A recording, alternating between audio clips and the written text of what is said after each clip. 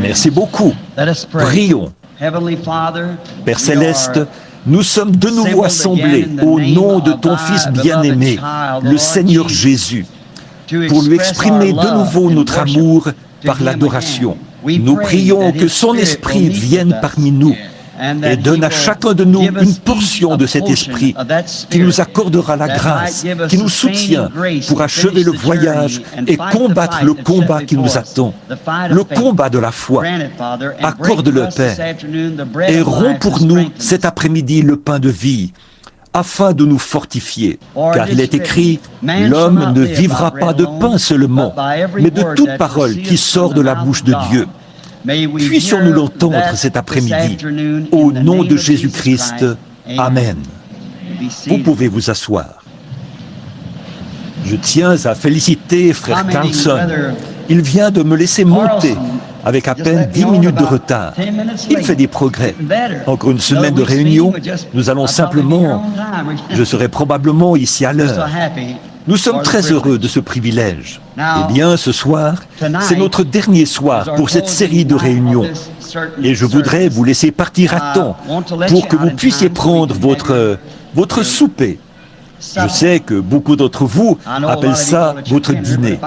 Mais si, là je dîne, quand est-ce que je souperai? Bon, je parlais à un homme. Il a dit, « Oh, frère Branham, il s'agit d'un dîner. » Oh, vraiment? J'ai dit, je veux vous prouver que vous faites fausse route. J'ai dit, nous ne prenons pas le dîner du Seigneur, nous prenons son souper. Alors nous aimons considérer cela comme celui du Seigneur, comme notre souper. Le souper du Seigneur, ce soir-là, pas le matin ni l'après-midi. C'était son souper, il l'a pris le soir. Alors, eh bien, nous voudrions revenir de bonne heure. Ainsi donc, nous ne serons pas en retard ce soir. Frère Carlson me laissera monter à l'heure exacte ce soir. La foi est une ferme assurance des choses qu'on espère. Et je ne sais pas si je peux avoir un peu assez de temps. J'essaierai peut-être de prêcher sur le compte à rebours ce soir, si le Seigneur le veut. En effet, c'est un petit message scientifique que le Seigneur m'a donné pour les derniers jours. Et je pourrais probablement prêcher sur cela ce soir, si le Seigneur le veut. Eh bien, nous avons passé des moments formidables hier soir. Je me suis avancé, j'ai dit, nous n'allons pas prier pour les malades. Et le Seigneur a quand même guéri les malades. Vous voyez? Amen. Il peut nous arriver de dire quelque chose, mais le Seigneur peut changer cela quand il le veut. Vous voyez? Il est Dieu. Maintenant, je voudrais lire rapidement les Écritures pour un petit sujet qui, à mon avis, pourrait nous aider cet après-midi. Et donc, s'il me laisse monter à l'heure, j'essaierai de terminer à l'heure. Et ça serait vers 16h30, ce qui serait d'ici une cinquantaine de minutes. Prenons maintenant le livre des Juges, chapitre 16, et lisons les versets 27 et 28, alors que nous regardons à la parole. La maison était remplie d'hommes et de femmes. Tous les princes des Philistins étaient là. Il y avait sur le toit environ 3000 personnes, hommes et femmes, regardaient Samson jouer.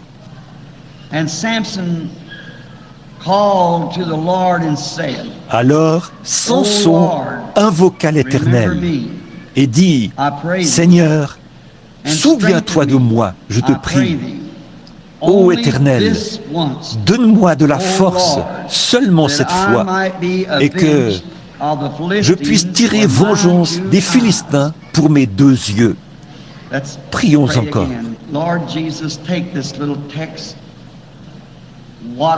Seigneur Jésus, prends ce petit sujet et abreuve-en l'Église, Seigneur. Nous prions et te le confions au nom de Jésus. Amen. There must have been about 3,000 Philistines looking down from the top of the Il y avait galley. probablement 3000 Philistins qui regardaient du haut de la tribune, de cette immense arène, quand ces deux personnes sont entrées dans l'arène cet après-midi-là. Must have been a hot day. All day long they'd been out there. Il devait avoir fait chaud ce jour-là. And in this Ces great gens avaient été là company toute la on journée. top of this Et là, dans great cette arena grande that was foule, built something haut on de the cette order of immense a arène construite sous une upside-down forme mushroom, semblable à celle d'un and champignon à their center l'envers. post in the middle that Son poteau went out central something in au this milieu way and qui s'étendait held un peu the comme two ceci. posts holding Et all ces the deux poteaux-là spectators qui soutenaient le around. tout, tous les spectateurs, Highly polished warlords and their fine jeweled women, des chefs de guerre très raffinés étaient là, at this ainsi que leurs certain femmes, event. parées de leurs somptueux bijoux. Or Tous they se wanted penchaient en to avant get a good look pour voir cet événement at what particulier, was taking place. pour bien voir ce qui allait se dérouler. There Il y had avait been eu des préliminaires, tous les divertissements. Ils avaient peut-être eu des petits singes qui avaient exécuté de petits tours. Et ils avaient eu toutes sortes de divertissements, comme le combat, la lutte et des duels peut-être, jusqu'à ce que mort s'en suive, et bien d'autres choses avec lesquelles ils s'étaient divertis toute la journée. En effet, c'était un grand jour. Mais là, l'événement principal était arrivé. Vous savez comment l'on attend tous patiemment pendant que les préliminaires se déroulent. Et les gens attendent l'événement principal. Et c'est là que tout le monde se redresse et prête attention. On le remarque durant nos services religieux, lorsqu'on chante et qu'on donne des témoignages et qu'on prêche et tout. Mais l'événement principal, c'est de voir ce que le Seigneur va faire, voir le but pour lequel il nous a rassemblés. Nous nous attendons tous à voir quelle sera réellement l'issue de tout cela. L'événement principal. Dans tous les cas, c'est la même chose. Nous sommes toujours dans l'attente de voir l'événement principal. Et ils s'étaient tous levés pour regarder devant, pour voir ce qui se passait, parce qu'on leur présentait l'événement principal. Et tout ce qu'ils ont vu, c'est un aveugle conduit par un jeune garçon. Les couloirs avaient résonné tout l'après-midi à cause de ces orgies de l'ivresse, alors qu'ils se passaient le whisky et leurs boissons fortes, leurs belles femmes peinturlurées et parées de bijoux, et ces puissants chefs de guerre, ces hauts dignitaires et tout.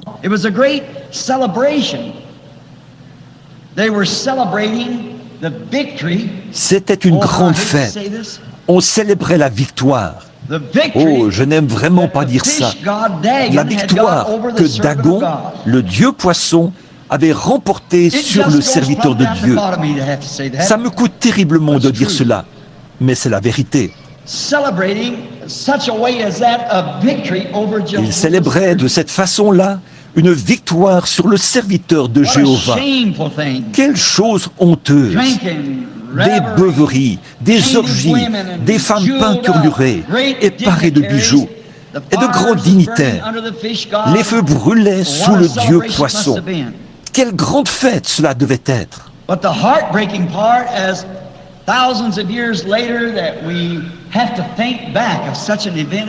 Mais le plus douloureux dans tout ça, c'est que des milliers d'années plus tard, nous devons nous souvenir d'un tel événement, alors que le grand Dieu du ciel avait résolu en son cœur qu'il détruirait cette nation parce qu'ils étaient païens et que Dieu avait envoyé un homme pour faire ce travail.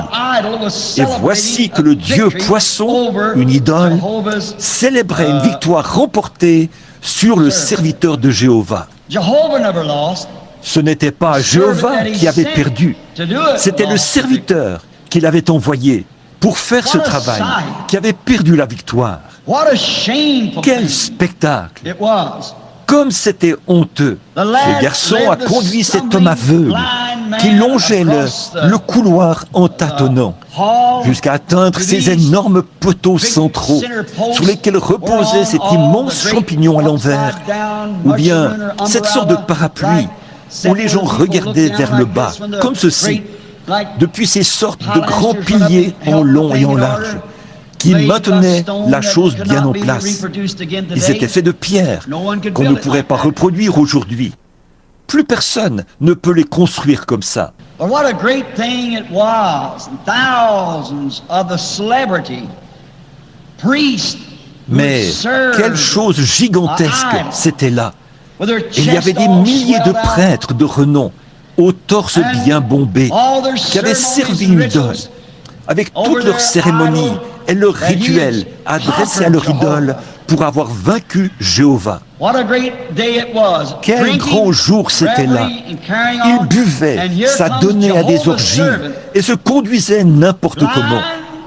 Et voici venir le serviteur de Jéhovah, aveugle, tâtonnant, conduit par un jeune garçon vers ce grand poteau pour amuser la galerie. L'événement principal, c'était de se moquer du but établi par Jéhovah, de détruire la nation. Et voilà que la nation avait capturé la chose même que Dieu avait placée pour les détruire, et là, il l'avait vaincu et se moquait de lui. L'événement principal de leur célébration. Ça vous arrache presque le cœur d'avoir à regarder cela, n'est-ce pas? De penser à ce qui a pu. Cette histoire n'aurait vraiment jamais dû être racontée, mais elle a probablement été racontée pour notre instruction, à nous, écrite comme ça. Humiliated, broken, standing now, defeated, right between the two posts that held the building. What a symbol that is of humilié, brisé, il se tenait là, vaincu, entre les deux poteaux qui soutenaient l'édifice. Quel symbole c'est de l'Église d'aujourd'hui?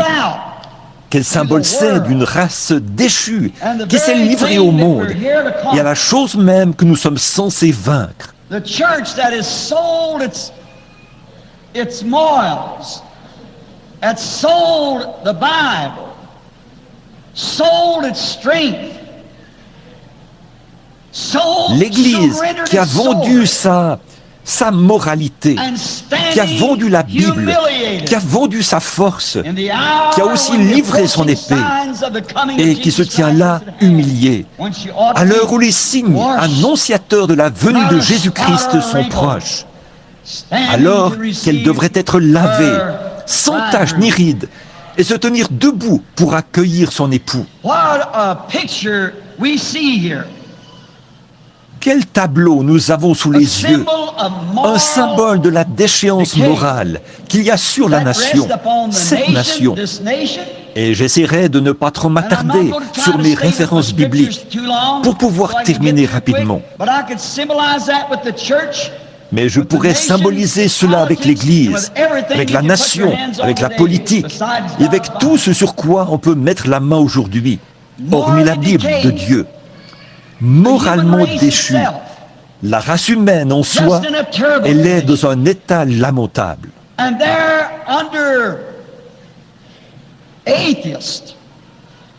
Et là, sous les regards des athées et des incroyants qui se permettent de montrer l'Église du doigt, elle qui devrait avoir le message de ce jour, et de lui demander « Qu'est-ce que tout cela signifie ?» Là, elle n'a pas de réponse. Elle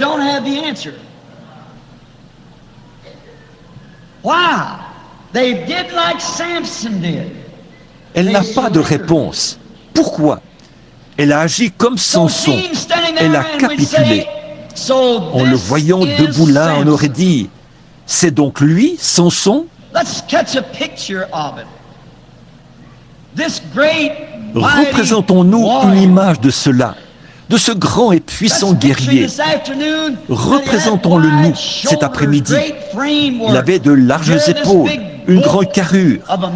Et voilà ce grand gaillard qui se tient là, rendu aveugle, attaché avec de petites cordes et conduit jusqu'au milieu de la cour, humilié, brisé, vaincu. Et le grand Dieu du ciel qui regardait cela d'en haut. Et ici-bas, ces critiqueurs, des soldats ivres qui regardaient vers le bas. J'imagine que beaucoup de Philistins, alors qu'ils se tenaient là, avaient même ressenti une grosse frayeur en entendant son nom. Autrefois, Samson était un nom puissant. C'était aussi le cas du christianisme, de l'Église. Et je vais faire un parallèle entre l'Église et cette scène.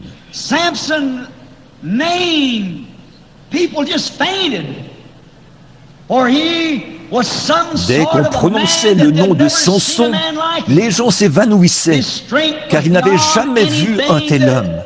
Sa force surpassait tout ce qu'il y avait jamais eu dans le monde. Rien de ce qu'ils avaient ne pouvait l'égaler. Beaucoup se souvenaient de lui alors qu'ils le regardaient, se tenant là, dans cet état. Beaucoup le regardaient depuis les tribunes et se souvenaient l'avoir vu dans une autre position. Un jour, comme il se tenait là, une mâchoire de mulet à la main, et 1000 Philistins gisant autour de lui, alors que les autres s'étaient enfuis vers les rochers pour s'y abriter. Il se tenait là, il leur faisait signe du doigt. Allez, venez, si vous voulez goûter un peu à ça. Mais regardez-le maintenant. Beaucoup de Philistins, alors qu'une prostituée, un soir, l'avait incité à entrer dans la ville de Gaza. Ces derniers avaient pris les énormes portes, qui devaient bien peser des tonnes. Ils l'ont enfermé à l'intérieur et l'ont eu. Ils ont envoyé chercher des soldats et ont dit, « Maintenant, nous l'avons eu. Nous l'avons cerné. » C'est ce que le diable cherche toujours à faire. Vous cerner sur un point. Mais souvenez-vous, quand Samson s'est réveillé le lendemain matin, ou cette nuit-là plutôt, quand il a constaté qu'il avait été cerné, il pouvait toucher l'arrière de sa tête et savoir qu'il était toujours un fils de l'Alliance de Dieu et que rien ne pouvait le bloquer. Autrefois, l'Église aussi était comme ça. Qu'est-ce qu'il a fait? Il s'est levé, a descendu la rue, a arraché ses portes de leur cavité, les a placées sur ses épaules et monté jusqu'au sommet de la colline et s'est assis. Beaucoup de ceux qui étaient présents cet après-midi-là se souvenaient de cet événement. Mais regardez-le maintenant, rendu aveugle, ridiculisé, un objet de moquerie pour l'ennemi.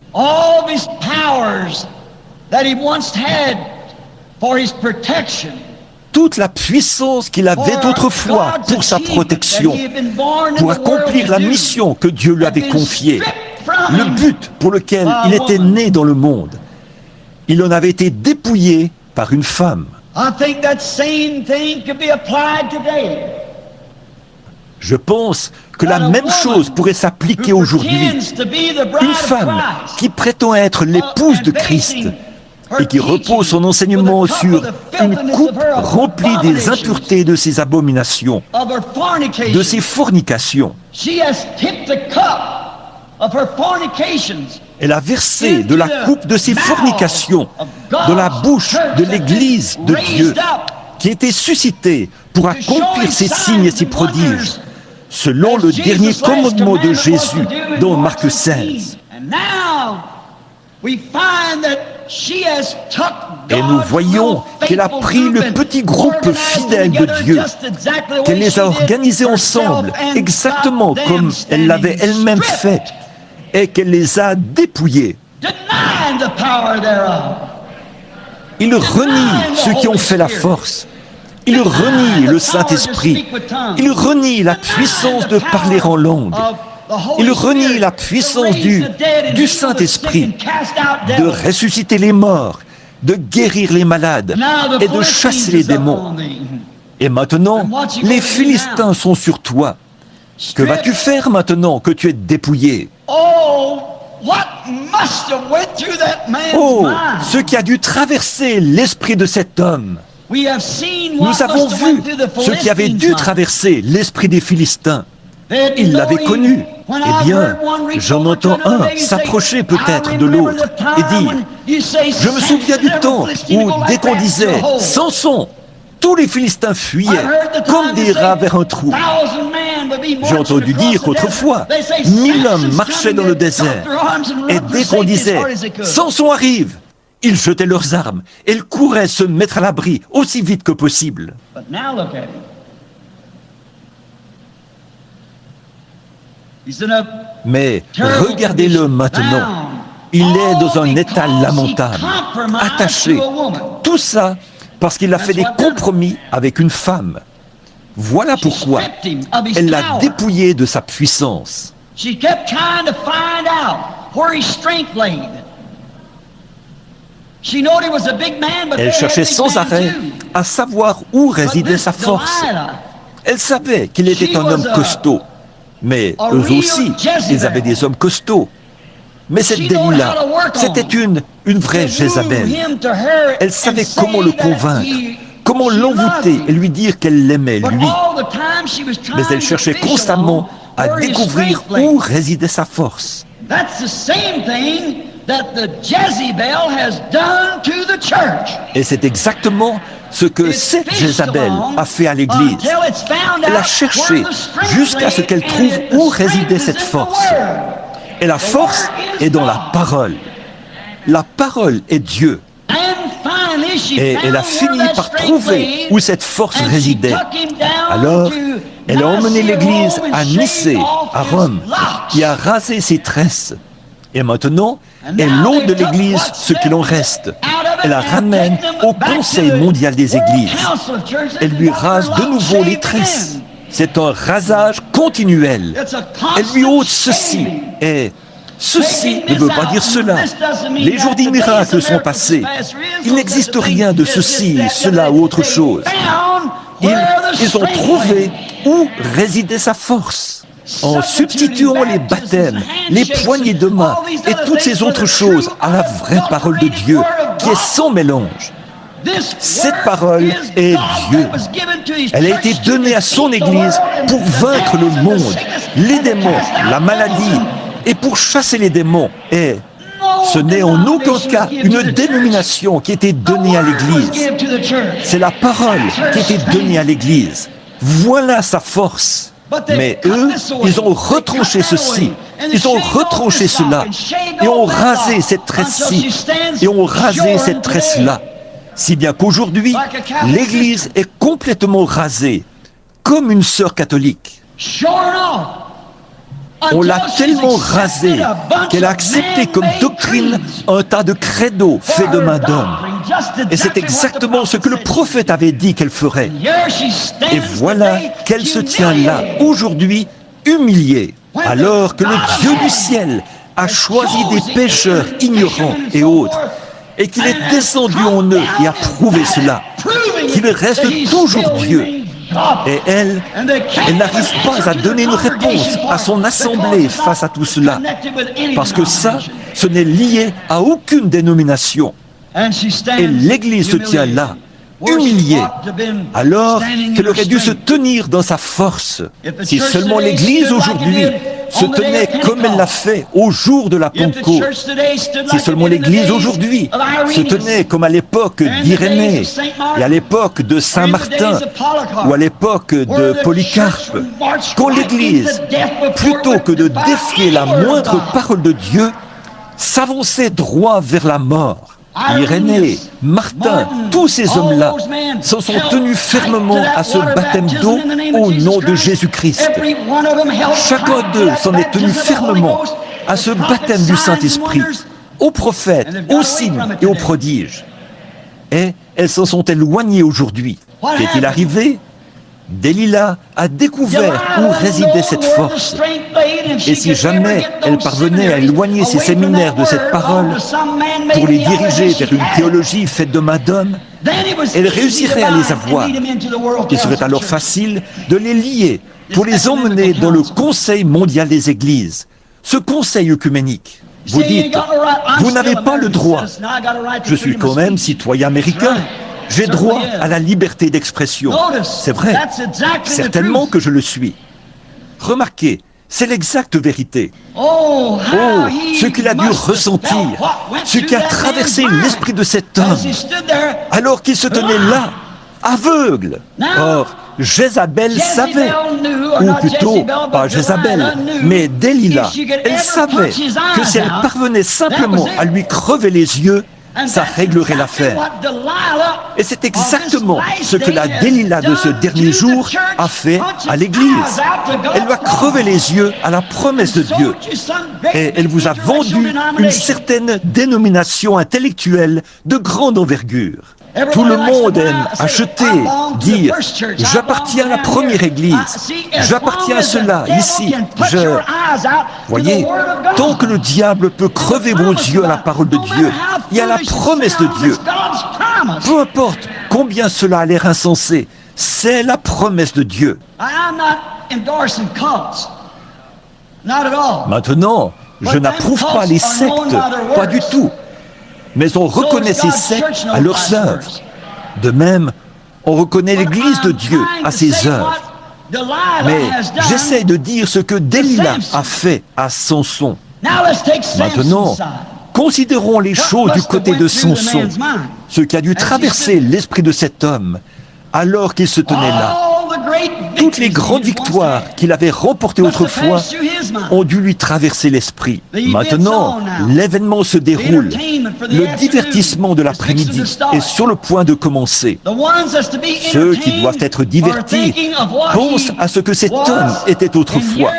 Et le voilà, se tenant là, pensant à ce qu'il avait été.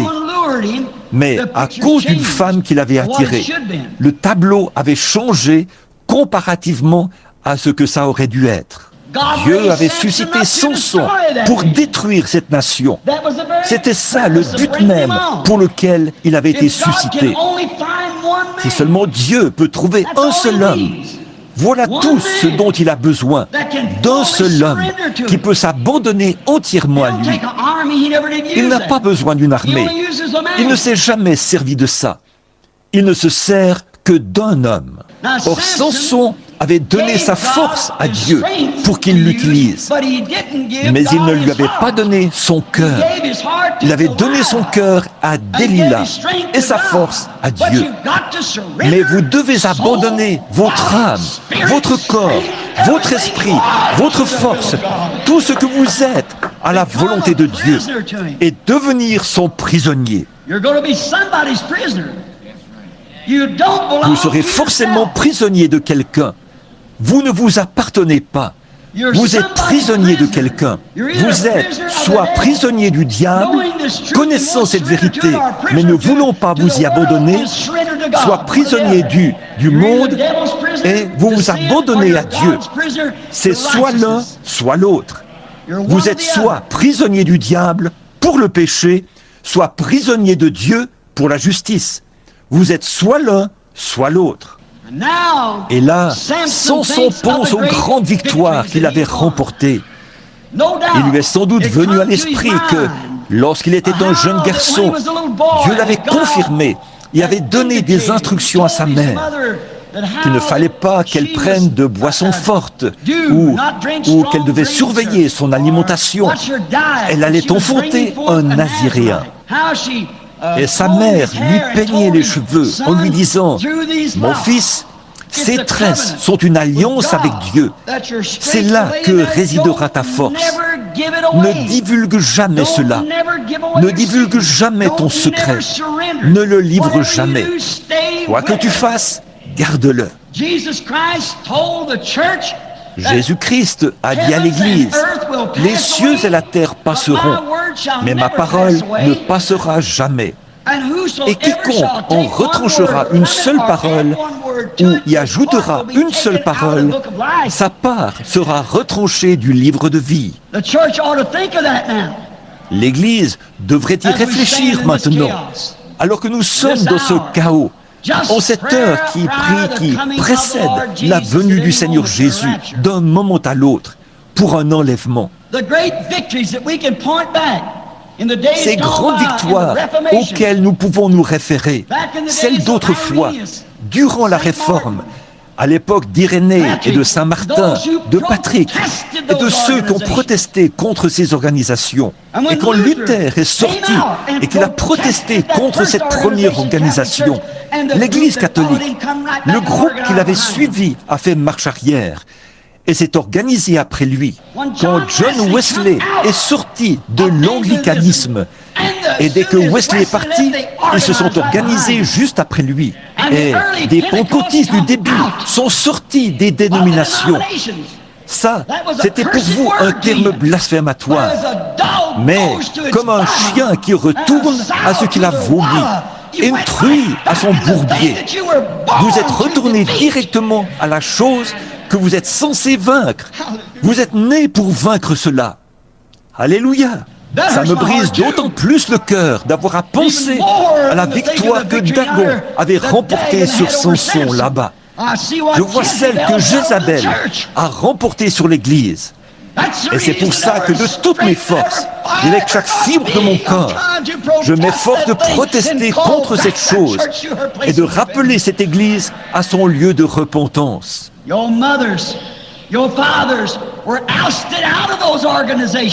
Vos mères, vos pères ont été mis à la porte de ces organisations. Ils en sont sortis et ont protesté contre elles. Et voici que leurs enfants ont fait demi-tour et sont retournés à la chose d'où ces derniers étaient sortis. Voilà bien le portrait de Samson, de ce que Delilah a fait. Nous devrions vraiment laisser les pensées de ces grandes victoires traverser notre esprit. Je n'ai pas le temps d'aborder tout ça si je veux tenir ma parole envers vous. Et Dieu l'avait suscité dans ce but. Et le voilà qui se tient entre ces deux poteaux, rendu aveugle, vaincu, humilié. Il restait le même grand gaillard qu'il avait toujours été, mais sa force avait disparu.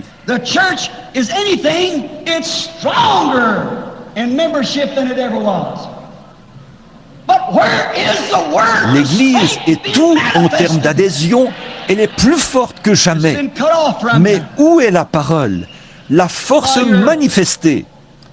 Elle vous a été ôtée par vos organisations qui rasent la puissance. Il avait manqué à ses engagements vers Dieu.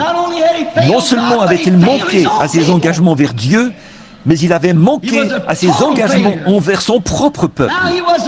Il était un fiasco complet.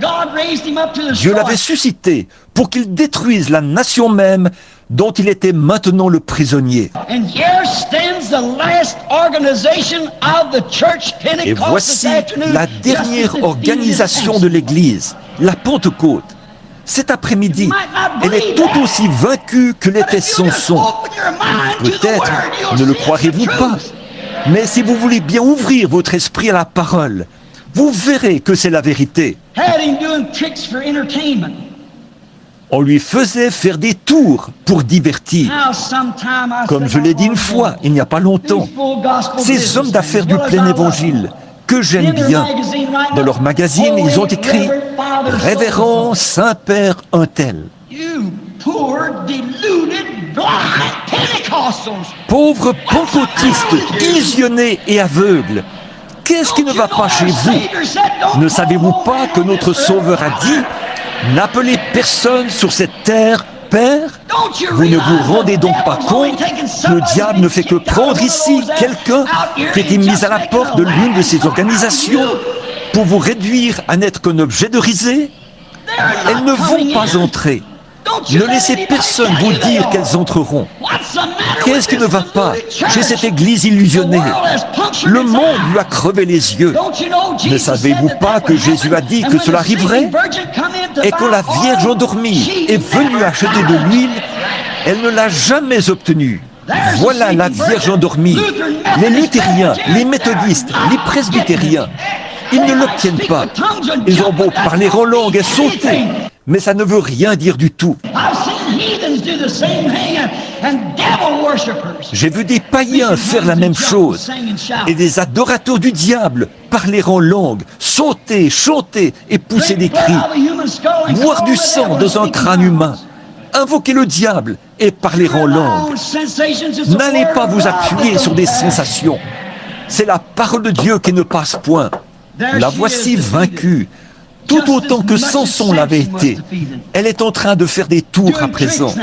Satan se lève et se moque d'eux. Il dit, regardez, ils prétendent croire la Bible. Regardez, il dit à tous les anges du ciel, regardez, regardez. Oui, ce sont des croyants de la Bible, chacun d'eux. Regardez-les se rassembler. Je vais tous les jeter là, chacun d'eux. Exactement. Il va les amener jusqu'à ce point. C'est exactement ce que dit l'Écriture. Il faut qu'ils le fassent. Les voilà, vaincus. Delilah. Ils ont les yeux crevés, si bien qu'ils ne peuvent pas voir la vérité. Jésus a dit aux pharisiens, « Vous avez des yeux et vous ne voyez pas. Vous avez des oreilles et vous n'entendez pas. » Pourquoi? Il a dit, en effet, Ésaïe a dit cela. Il s'est reporté à la parole, au prophète. Dieu lui-même, Jésus-Christ, s'est reporté à la parole de son prophète. Et aujourd'hui, le Saint-Esprit réveille votre mémoire. Emportés, enflés d'orgueil, aimant le plaisir plus que Dieu. Les femmes, maquillées, portant des shorts, se comportant comme le monde, se coupant les cheveux et faisant tout cela, ayant l'apparence de la piété, mais reniant ceux qui ont fait la force. Eh bien, vos propres œuvres démontrent que vous ne croyez pas. Le Saint-Esprit, dans la parole, se reporte de nouveau à la parole. Oh, vous dites, je l'ai reçu. Quand vous prenez un médicament pour une maladie, s'il ne fait pas effet, vous feriez mieux de changer votre médicament. Vous mourrez dans vos péchés. La nation, le but même, la chose même pour laquelle ils ont été suscités, celle qu'ils devaient détruire. Samson en est maintenant victime. C'est pareil avec l'Église. Elle avait été suscitée pour faire honte au système des dénominations et à la mondanité dans les dénominations. Et vous, vous êtes entrés directement dans la dénomination. Et en faisant cela, vous ne pouvez pas suivre les Écritures. Chacune d'elles a une conception différente.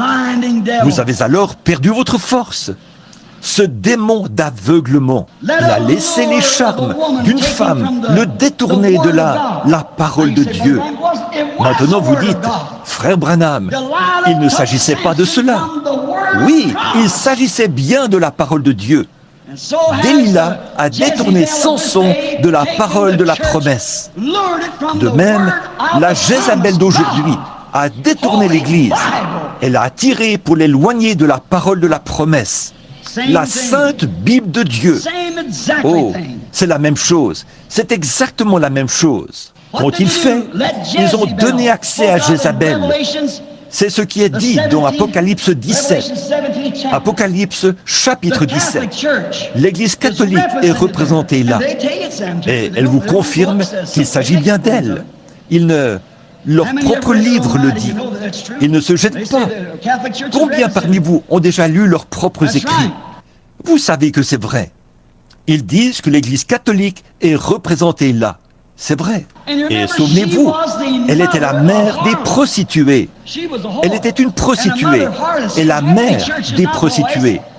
Voyez, ce devaient être des églises, pas des garçons. C'était des filles, des églises protestantes. Une mère de prostituées. Dès qu'elles se sont organisées, elles ont fait la même chose que cette dernière avait faite là. Elles se sont dépouillées de la parole. Elles doivent suivre les instructions d'une certaine organisation. Je sais que ceci n'est pas populaire, mais c'est la vérité. Je n'ai pas le soutien de grandes émissions de radio et de grandes émissions de télévision. Que Dieu m'aide à ne jamais la voir. Je ne désire qu'une seule chose, et c'est le soutien de Jésus-Christ par sa parole. Qu'il confirme que je dis la vérité par sa parole.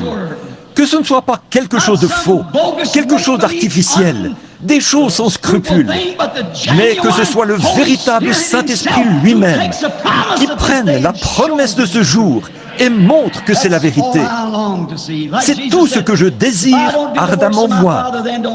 Comme Jésus l'a dit, si je ne fais pas les œuvres de mon Père, alors ne me croyez pas. Maintenant, aveugle. Oh, vous dites, nous ne sommes pas aveugles. Vous êtes aveugles. La Bible dit que vous l'êtes. Tout lecteur de l'Écriture sait que ceci, c'est là de l'église de Laodicée. Combien croient cela? Then the Bible said that the Laodicea church was blind, naked.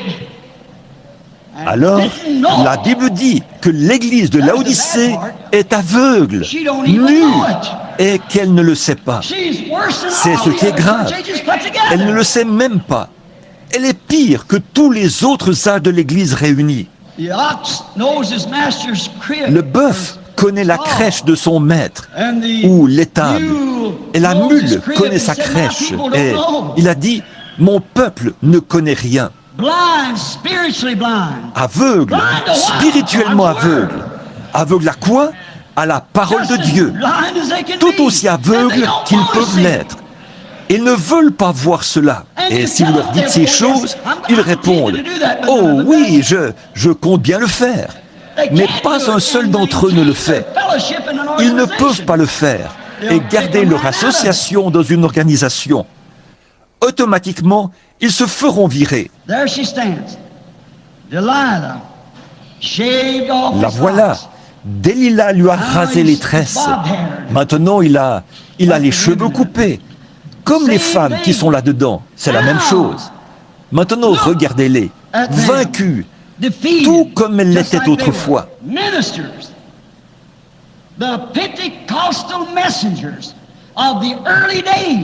Les ministres, les messagers pentecôtistes du début, on n'aurait jamais fait croire à ces hommes-là que leurs propres enfants organiseraient des séminaires qu'eux-mêmes avaient critiqués par la parole de Dieu.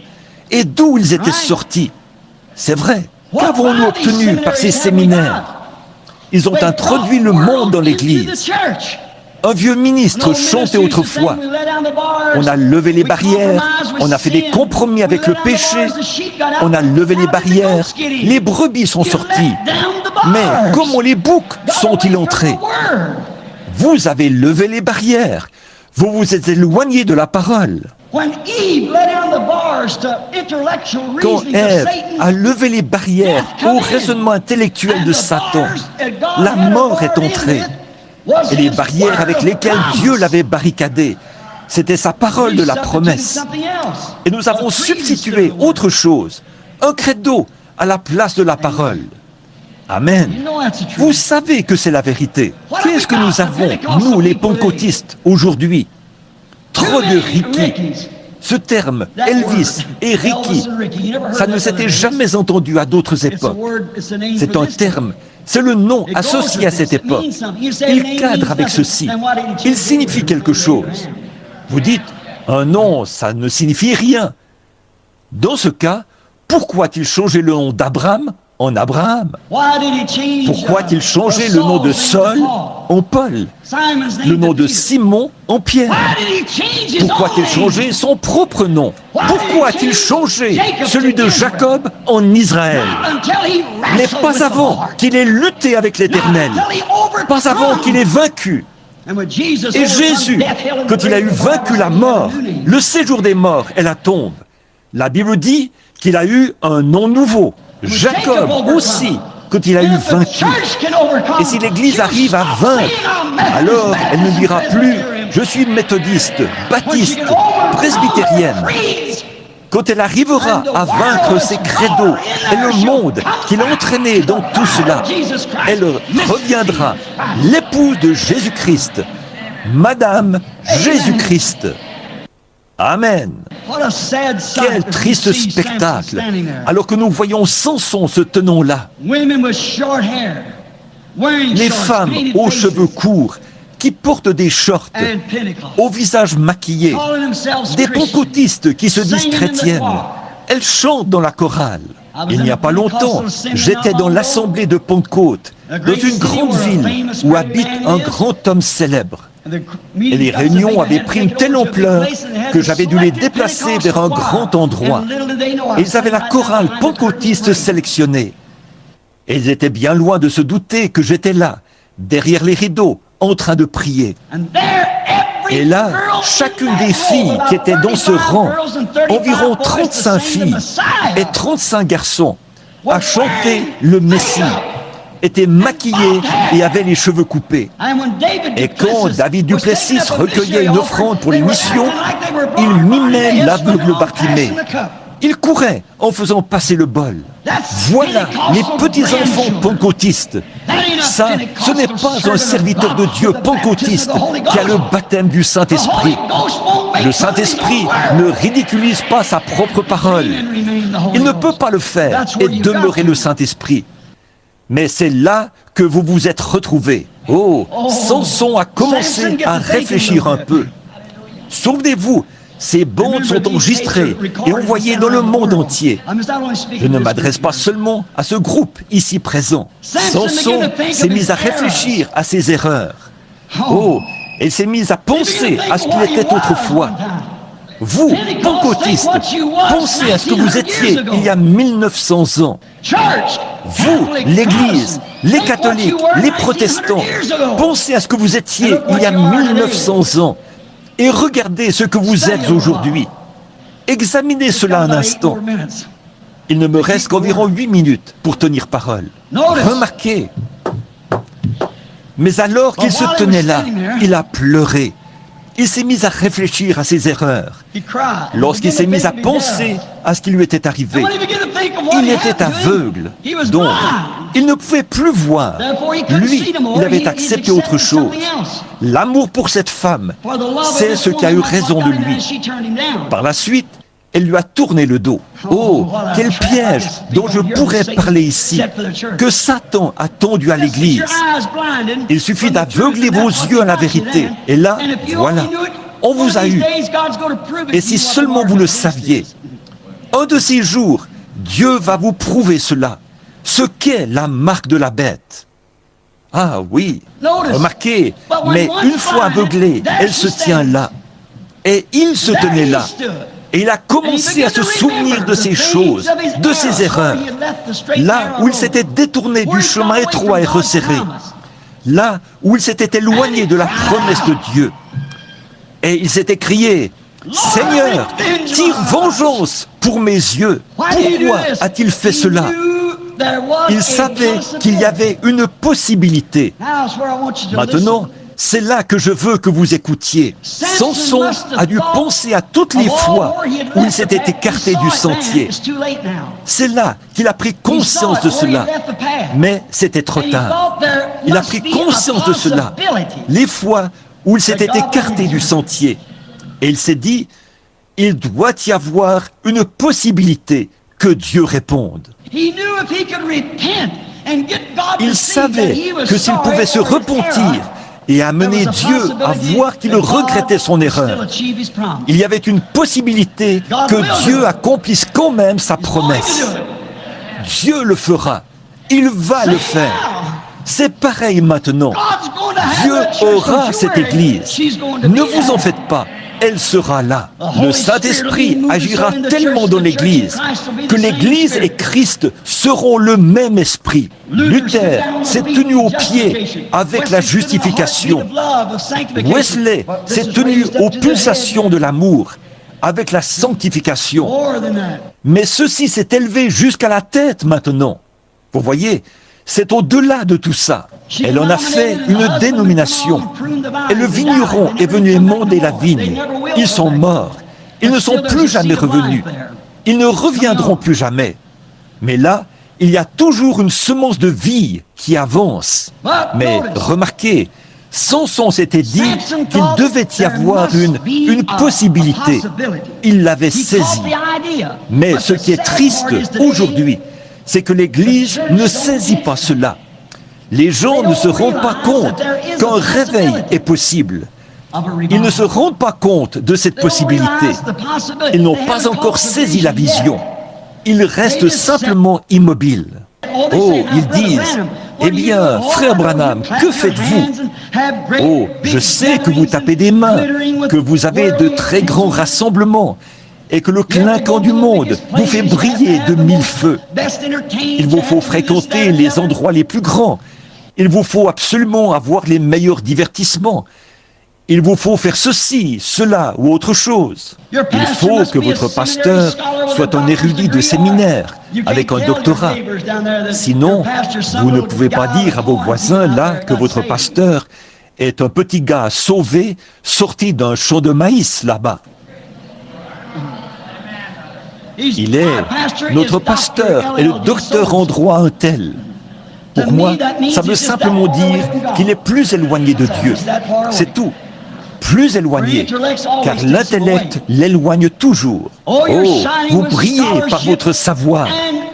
Et une autre chose, au sujet d'une bonne partie de cette évangélisation moderne d'aujourd'hui, tout le mouvement pentecôtiste et les autres, et tout ça, c'est tout un spectacle hollywoodien. Oui, certainement que vous en brillez, comme les clinquants de la reine de Dagon, le dieu poisson. Mais ce clinquant, ce savoir et cette mise en scène intellectuelle qui brille de mille feux permettent au public de voir n'importe quelle défaite, et ainsi de suite. Toutes ces choses-là, ces conceptions intellectuelles de l'Évangile et tout ça, n'amènent pas la puissance de Dieu qui fait que les femmes cessent d'avoir les cheveux coupés et que les hommes se comportent comme ils le devraient, qu'ils prennent leur place dans le foyer et qu'ils élèvent leurs enfants comme ils devraient le faire. Ces choses n'amènent pas l'Esprit de Dieu. Samson se tenait là, tout aussi costaud que jamais. Et l'Église est plus importante en termes de membres qu'elle ne l'était il y a 40 ans. Mais où est l'Esprit de Dieu? Oh là là! Où est l'Esprit de Dieu dans tout ça? Je vois l'Esprit de Hollywood, je vois l'Esprit du monde, je vois l'esprit de tape à l'œil. Ça entre par une oreille et ça sort par l'autre. Je prêche contre ces choses depuis 15 ans, mais ça se dégrade toujours plus. Je le vois bien et je vois l'esprit qui est là. Mais où est l'Esprit de Dieu qui peut saisir Dieu, qui peut reconnaître la parole elle-même quand elle est manifestée, qui peut reconnaître la vérité? Seul l'Esprit de Dieu peut faire cela. C'est vrai, vous pouvez bien accepter l'éclat, le raffinement, les mises en scène. Le physique de Samson était toujours aussi imposant, mais sa force lui avait été enlevée. L'Église, la Pentecôte d'aujourd'hui se tient là. Il y a 3 ans, je crois, le journal de l'Église catholique, le visiteur du dimanche, a déclaré qu'il faisait 1 million de conversions à la religion catholique en une année. Mais que l'Église pentecôtiste en faisait plus que ça. 1 500 000. Eh bien, qu'avez-vous obtenu en faisant cela?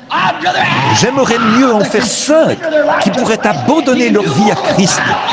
Il peut accomplir plus de choses avec 5 hommes ou un seul homme qui s'abandonne qu'il ne le pourrait avec 40 millions là, qui sont dehors.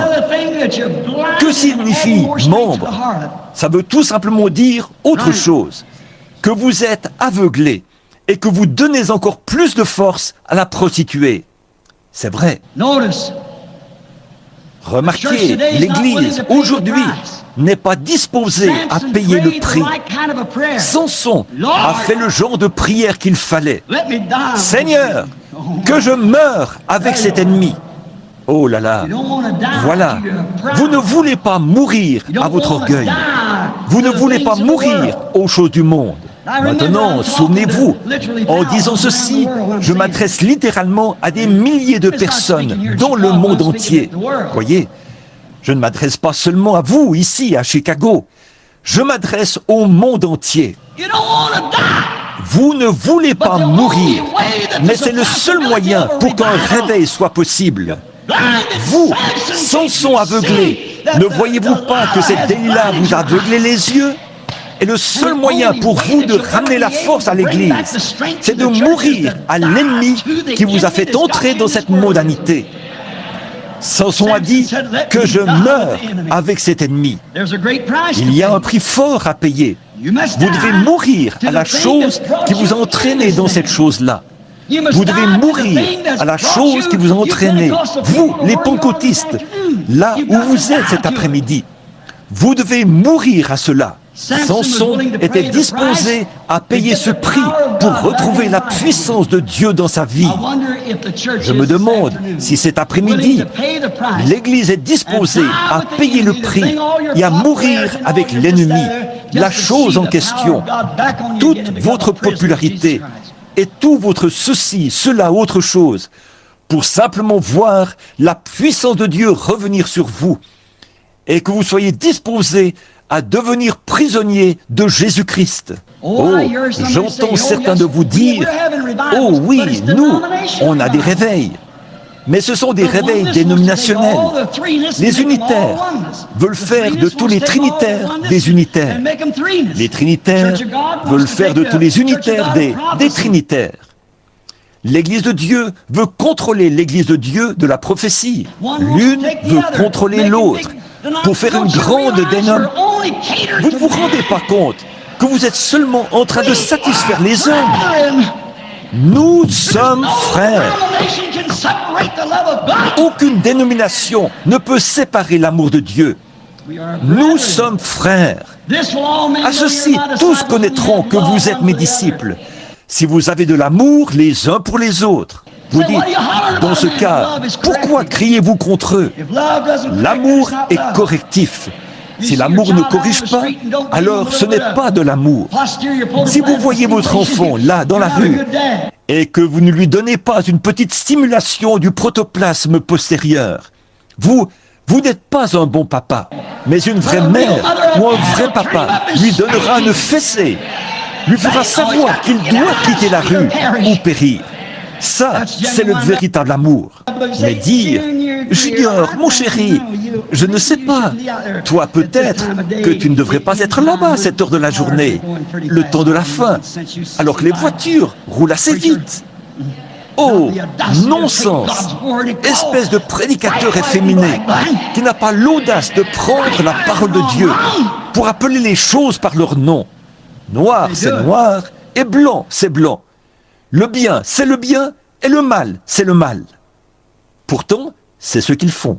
Oui, on a des réveils, d'accord, mais regardez la moralité que vous avez après ces réveils. Ça ne les change pas du tout.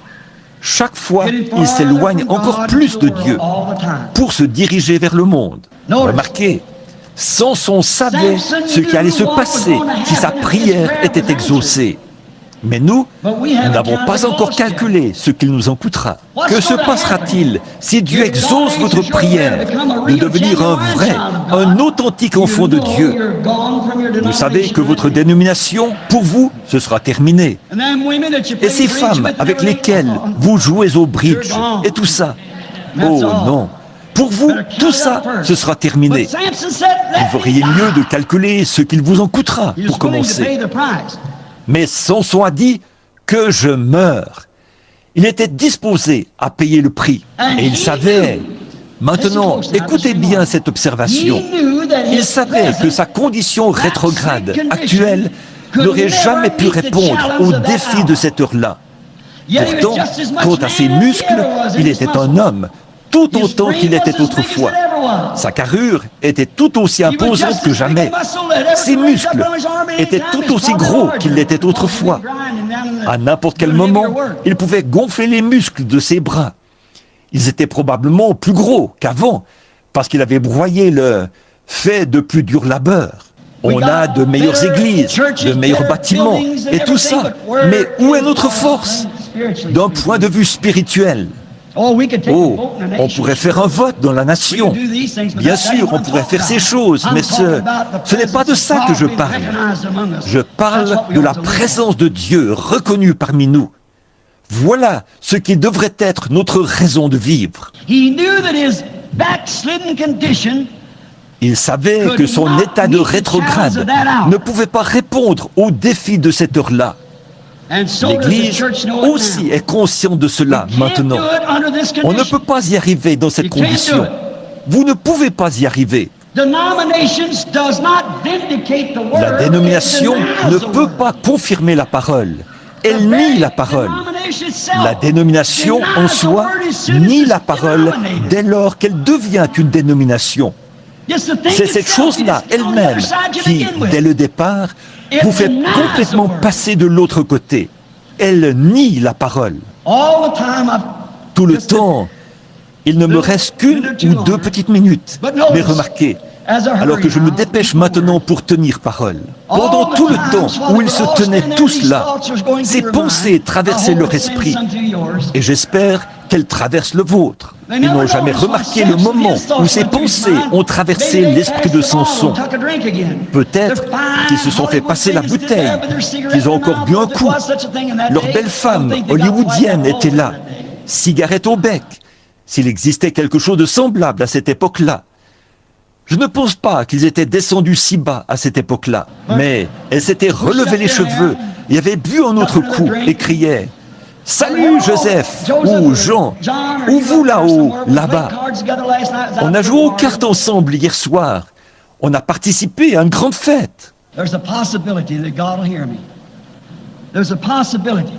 y a une possibilité que Dieu veuille m'exaucer. Il y a une possibilité. Et comme il y pensait, les Philistins n'avaient pas fait attention à lui, alors que ce jeune garçon avait détaché ses mains et avait reculé. Il avait dit, « Place mes mains sur le poteau. » Il y a une possibilité. Oh là là, j'aimerais que l'Église voie ça. Un véritable réveil est possible. Qu'a-t-il fait? Il a levé ses orbites.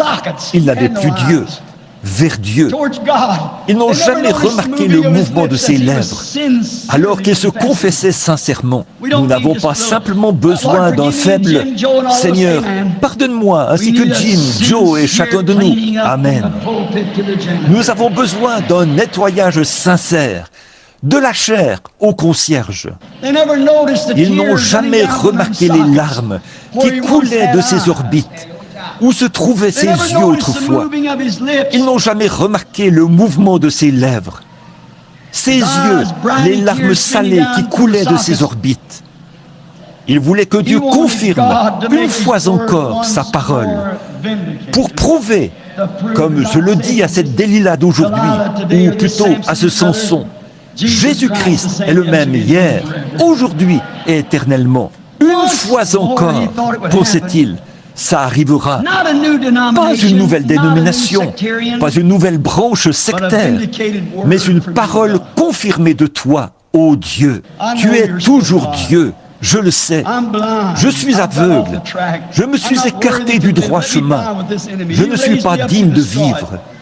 Que je meure avec cet ennemi. Tu m'as suscité pour que je le détruise. Et j'ai manqué à mon devoir envers toi, Seigneur.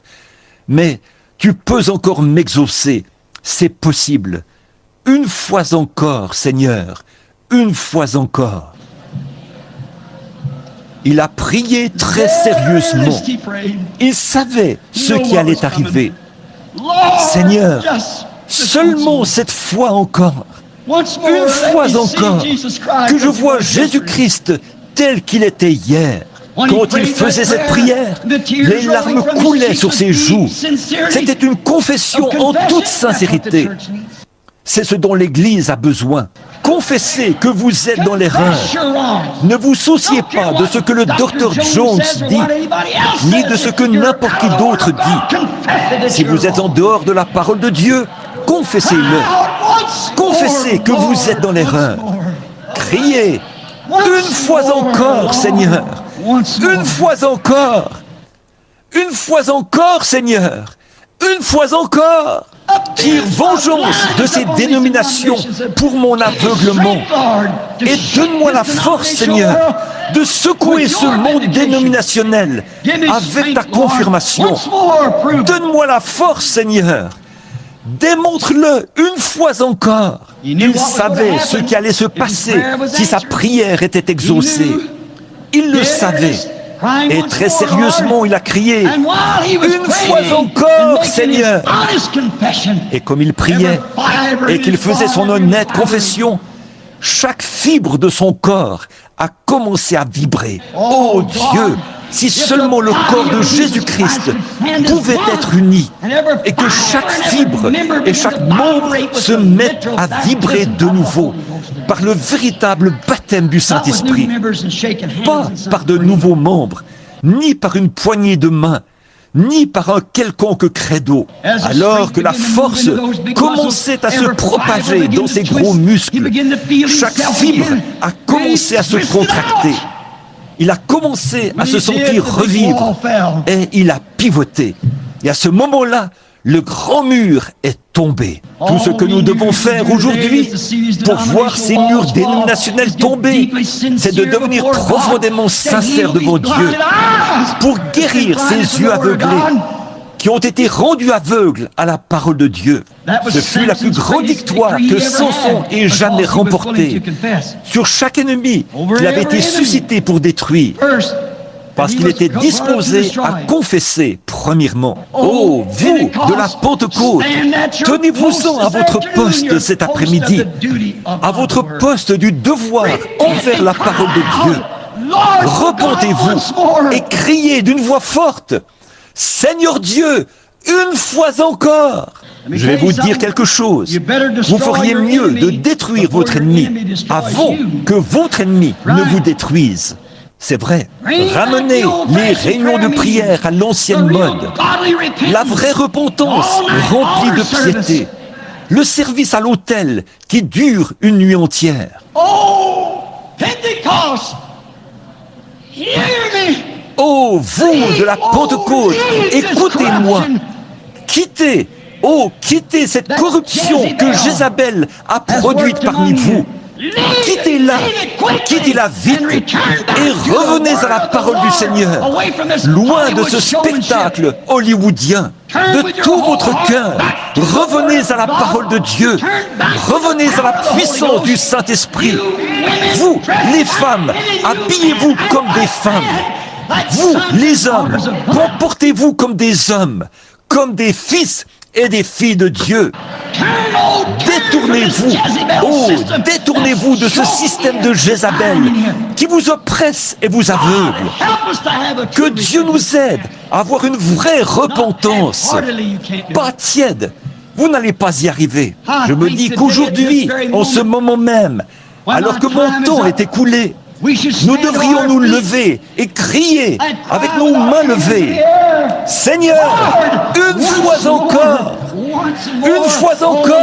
ô Seigneur, une fois encore, levons-nous, tous ceux qui sont disposés à le faire, à voir un réveil, tous ceux qui sont disposés à mourir à ce spectacle hollywoodien, tous ceux qui sont disposés à mourir, à voir la puissance de Dieu venir à Sion avec joie, sur toutes ces montagnes saintes.